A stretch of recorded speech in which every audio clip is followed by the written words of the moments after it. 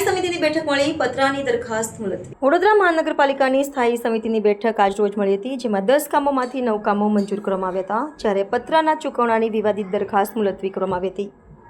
આજની બેઠકમાં કુલ 9 કામો, એક વધારાના કામની દરખાસ્ત કમિશનર તરફથી મૂકવામાં આવી હતી, જેમાં પાણી પુરવઠા શાખા, જનસંપર્ક વિભાગ, સેન્ટ્રલ સ્ટોર રોડ પ્રોજેક્ટ શાખા, સોલિડ વેસ્ટ મેનેજમેન્ટ, પાણી પુરવઠા વિસ્તરણ શાખા, ટુરિસ્ટ શાખા, કાર્યપાલક ઇજનેર, ઉત્તર ઝોનની કચેરીના મહત્વના વિભાગના કામોની દરખાસ્ત મૂકવામાં આવી હતી, જેમાં 9 કામો મંજૂર કરવામાં આવ્યા હતા, જ્યારે કોરોના કાળ દરમિયાન રેડ ઝોન વિસ્તારમાં મારવામાં આવેલ પતરાની દરખાસ્ત મુલતવી કરવામાં આવી હતી.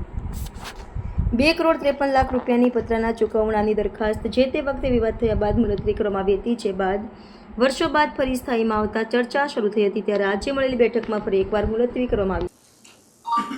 કામની વાત કરીએ તો પાણી પુરવઠા પૂર્વ ઝોન ઇલેક્ટ્રિકલ મિકેનિકલ શાખા અને વિતરણ શાખા દ્વારા કોન્ટ્રાક્ટ બેઝથી જે ઓપરેટર લેવામાં આવે છે માનવ દિન તરીકે, એની નાણાકીય મર્યાદામાં 10 લાખનો વધારો માંગવામાં આવ્યો હતો, જે મંજૂર કરવામાં આવ્યો છે. નવું ટેન્ડર મંજૂર ન થાય ત્યાં સુધી સમય મર્યાદા વધારેલી છે. 27 ઓગસ્ટથી 6 સપ્ટેમ્બર દરમિયાન જે 1.5 દિવસ, 3 દિવસ, 5 દિવસ, 7 દિવસ અને 10 દિવસ બાદ ગણપતિ વિસર્જન થતા હોય છે, એ માટે 12 જેટલા જે કૃત્રિમ તળાવો બનાવ્યા છે, એને સુવિધા માટે જે કોઈ વ્યવસ્થા ફરસખાનાની હોય, હોર્ડિંગ હોય, બોર્ડ હોય, નિર્માણ કલર્સ હોય કે મેન પાવર હોય, આ તમામ ખર્ચ કરવાની કમિશનરશ્રીને મંજૂરી આપવામાં આવી છે. ખર્ચ કર્યા બાદ ખર્ચની વિગતો સ્થાયી સમિતિની જાણમાં લાવવામાં આવશે. સેન્ટ્રલ સ્ટોર દ્વારા SFRC મેનહોલ કવર ખરીદવાનું જે કામ હતું, એની સમય મર્યાદા 31/3/2026 સુધી વધારવામાં આવી છે. 1000 રૂપિયાની ફ્રેમ અને 1500 રૂપિયાનું મેનહોલ કવર આ ભાવ મંજૂર થયેલા હતા, જેમાં સમય મર્યાદા વધારવામાં આવી છે. પશ્ચિમ ઝોનમાં 180 કરોડની મર્યાદામાં પીળી માટી, હાડમુરમ, રોડાછારું અને સ્ટોન ડસ્ટનો જે ઇજારો હતો, જેમાં 50 લાખની નાણાકીય મર્યાદાનો વધારો માગવામાં આવ્યો હતો, જે નાણાકીય મર્યાદા વધારવાની મંજૂરી આપવામાં આવે છે. સોલિડ વેસ્ટ મેનેજમેન્ટ દ્વારા મકરપુરા લેન્ડફિલ સાઇડ ઉપર જે પોકલેન્ડ મશીનનો નવો ઇજારો આવ્યો હતો, 1080 પ્રતિ કલાકના ભાવને 1,09,08,000ની મર્યાદામાં કમિશનર તરફથી આવેલી ભલામણને મંજૂર કરવામાં આવી છે. ઉત્તર ઝોન વોર્ડ નંબર 2માં પાણીની નળિકાની નિભાવણીનો નવીન વાર્ષિક ઇજારો 5% ઓછાના ભાવે 25 લાખની નાણાકીય મર્યાદામાં મંજૂર કરવામાં આવ્યો છે.